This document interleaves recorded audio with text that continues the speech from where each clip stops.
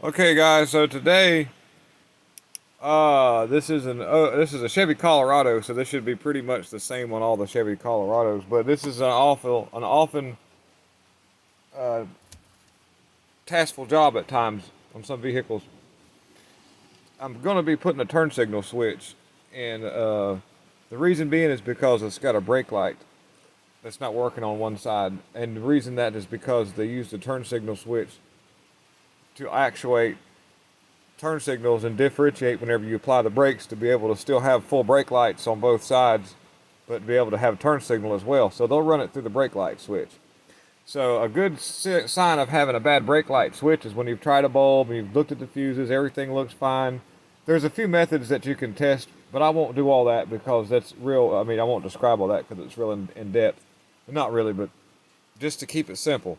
Typical sign of a brake light switch that goes bad is when you have one single turn signal bulb, and it could be on just the very back corner because it separates. So, it doesn't have to be, all the turn signals quit. It's just one turn signal. You put new bulb, do all that stuff, and it still doesn't work, and you've messed around with everything else.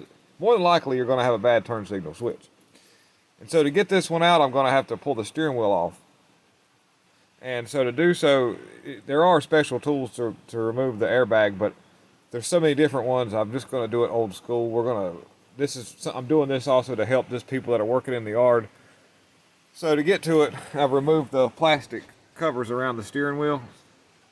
And that wasn't too bad, just a few Torx bits that were on the bottom over here, and I just removed those and pulled the pieces off real carefully.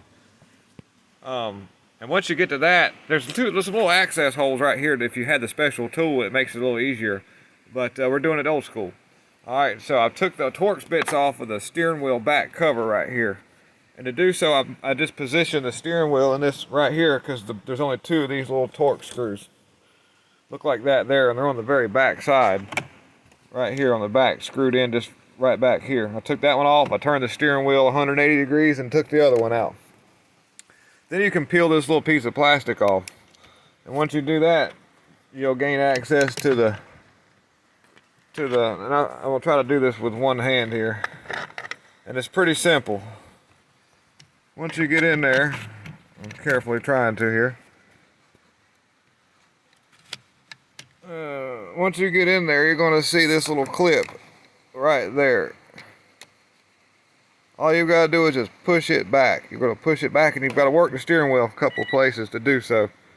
And once you push those little clips back that are on that spring back there, one corner will come out, you move the steering wheel, you'll push that clip back, and then the other one will come out, and you'll do that, then the airbag will come off, then you can get access to the bolt to get the steering wheel off, and then you're on the go after that. So this airbag removal on a Chevy Colorado. Thank you very much. God is in control.